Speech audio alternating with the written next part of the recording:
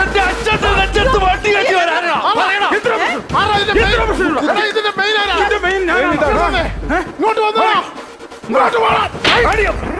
ഇതിന്റെ മെയിൻ ഞാനല്ല, ഇവർ രണ്ടുപേരുമാണ്. നിങ്ങൾ എന്തോ പണി ഒപ്പിച്ചിട്ടുണ്ട്.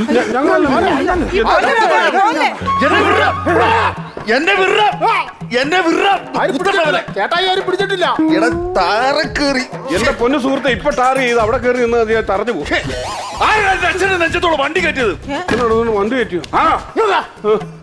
എന്ത് ഈ വണ്ടി ഇന്നലെ രാത്രി വല്ലോടത്തോട്ട് ഉരുണ്ട് പോയായിരുന്നു. അതെങ്ങോട്ടാ പോയെന്നറിയാമോ? അയ്യോ ക്ഷമിക്കണം, അത് അട വെച്ചത് ശരിയായില്ല.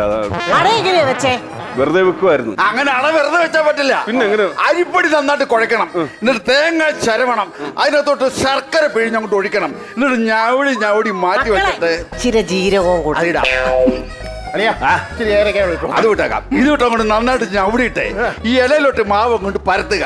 എന്നിട്ട് ഇത് ശകലം എടുത്ത് വെച്ചിട്ട് ഒന്നുകൂടെ ഒന്ന് പരത്തി മടക്കിട്ട് ഇടറിക്കുട്ടയത്ത് വെച്ച് ഇങ്ങനെ പുഴുങ്ങി എടുക്കണം. അങ്ങനെ അടയുണ്ടാക്കുന്നത് കേട്ടോ. നിങ്ങൾ ഏത് അടയുടെ കാര്യമായി പറയുന്നത്? ഞാൻ എന്റെ വണ്ടിയുടെ ഫ്രണ്ടിൽ അട വെച്ച കാര്യമാണ് പറഞ്ഞത്.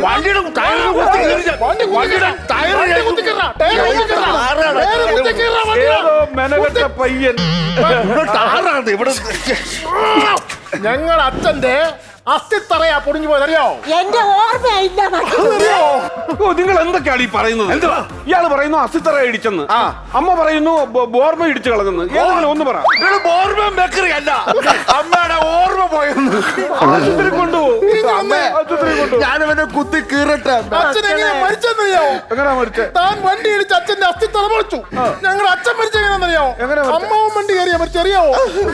തന്റെ അമ്മാവും വണ്ടി കയറുമ്പോ അയാളെ അച്ഛൻ എങ്ങനെയാണ് മരിക്കുന്നത്? അമ്മാവൻ വണ്ടി കയറി അച്ഛൻ മരിച്ചെന്ന്. അമ്മാവും വണ്ടി കയറി അച്ഛൻ എങ്ങനെയാണ് മരിക്കുന്നത്? ഈ വണ്ടിയുടെ പേരെന്നാ? എന്താ അമ്മാവൻ വണ്ടി എന്നാണോ? നിങ്ങൾ അവിടെയൊക്കെ അമ്മാവൻ വണ്ടി എന്നാ പറയുന്നത്? ഈ വണ്ടി കയറിയാണ് ഇവന്റെ അച്ഛൻ മരിച്ചത്. ഇവിടെ നീ കുത്തി കീറട്ടെ.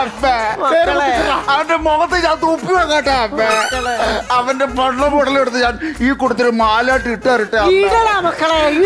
എനിക്കെന്റെ ചുമ്മാ പറയാന്ന്. രാത്രി മൂത്രം ഒഴിക്കാൻ നേരം അമ്മ കൂട്ടിട്ടുണ്ടെങ്കിൽ പുറത്തിറങ്ങുന്ന ആളാ.